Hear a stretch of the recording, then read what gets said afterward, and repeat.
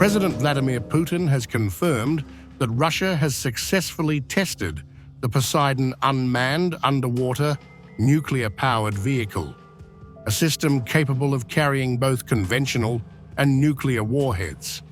The announcement came during his meeting with soldiers at Moscow's Mandrika Central Military Clinical Hospital. Yesterday, we conducted a test of another promising complex, the unmanned underwater vehicle Poseidon, also with a nuclear power unit on board. Putin said Poseidon is powered by a compact nuclear reactor and can operate independently for long durations, reaching unprecedented speeds and depths. He said it far exceeds the power of the RS-28 sharpest intercontinental missile, and that no system in the world can intercept it.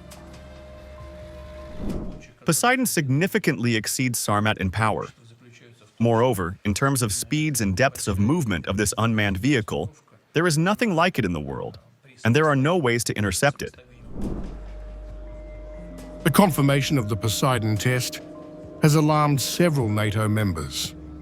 The system, first revealed in 2018, forms part of Russia's multi-purpose oceanic deterrence program designed to operate beyond the reach of traditional missile defense systems. Among NATO states, Belgium became the first to issue a strong public warning to Moscow. Defense Minister Theo Francken, speaking to Belgian newspaper De Morgan on October 26th, said that any Russian strike on European cities would trigger harsh consequences. He warned that an attack on Brussels would be viewed as a strike on the very heart of NATO and would provoke a devastating response. If Putin fires at Brussels, we will level Moscow. The Russians have increased their capabilities. Their war economy produces 4 times more munitions than the whole of NATO combined.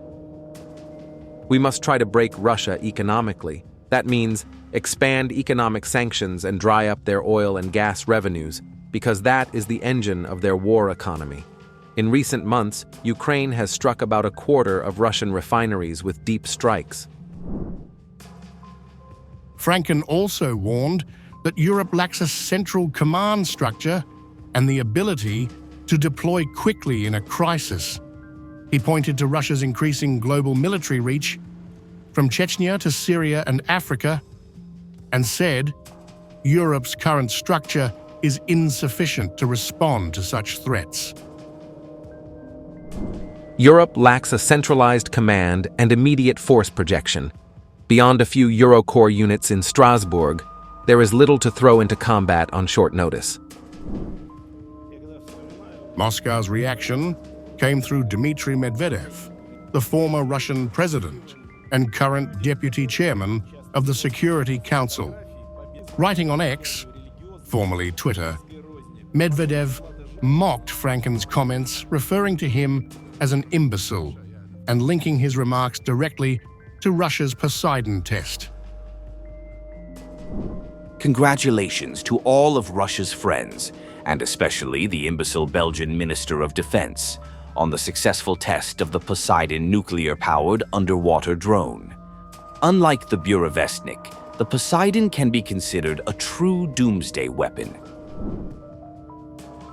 When a user suggested that Poseidon be tested on Belgium, Medvedev responded bluntly, saying, "Then Belgium will disappear."